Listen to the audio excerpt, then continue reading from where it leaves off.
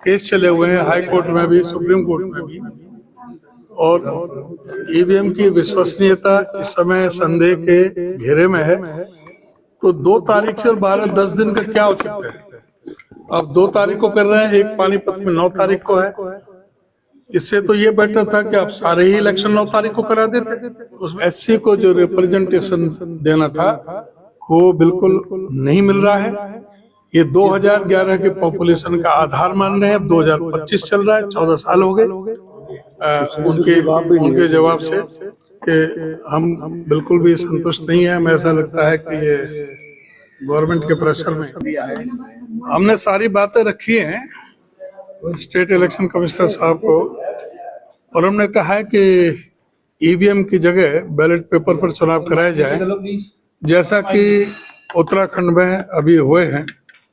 और एक्ट आपको अलाउ करता है, एक्ट कहता है ईवीएम जिस पर तरह तरह के प्रश्न इस समय उठे हुए हैं, सारे देश में भी, हमारे प्रदेश में भी केस चले हुए हैं हाई कोर्ट में भी, सुप्रीम कोर्ट में भी।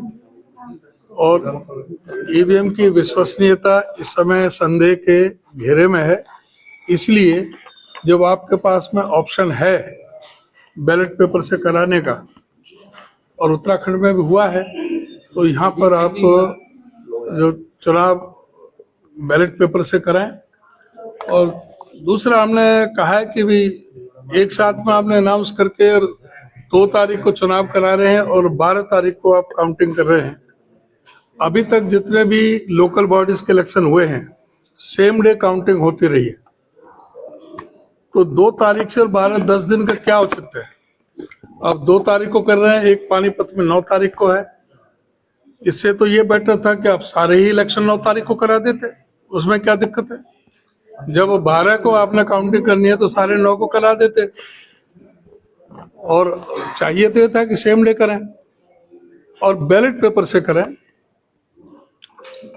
एससी की जो रिजर्वेशन है उसमें पूरी तरह से उनके साथ भेदभाव बरता गया है और कोई सेटिस्फैक्टरी जवाब नहीं मिला।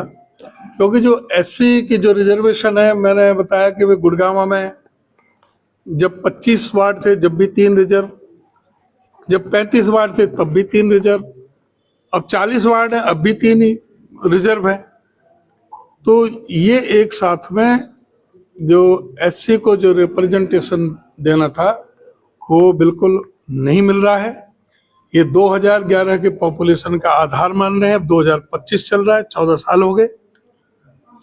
और पीपीपी ये बीमारी, ये परमानेंट परेशानी पत्र है, जो ये पीपीपी को ही माध्यम से एससी और बीसी के इन्होंने अपने आप ही अपनी मर्जी से जो रिजर्वेशन जो तय किया है वो बिल्कुल सर्वथा अनुचित है। एससी को उसमें पूरी तरह से रिजर्वेशन, प्रॉपर रिजर्वेशन उसमें दिया जाए।